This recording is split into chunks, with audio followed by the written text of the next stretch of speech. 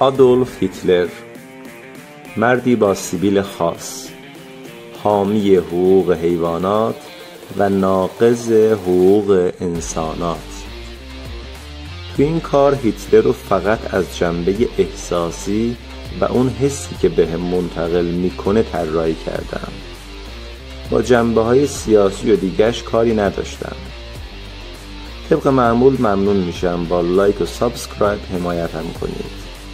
بریم کارو ببینیم.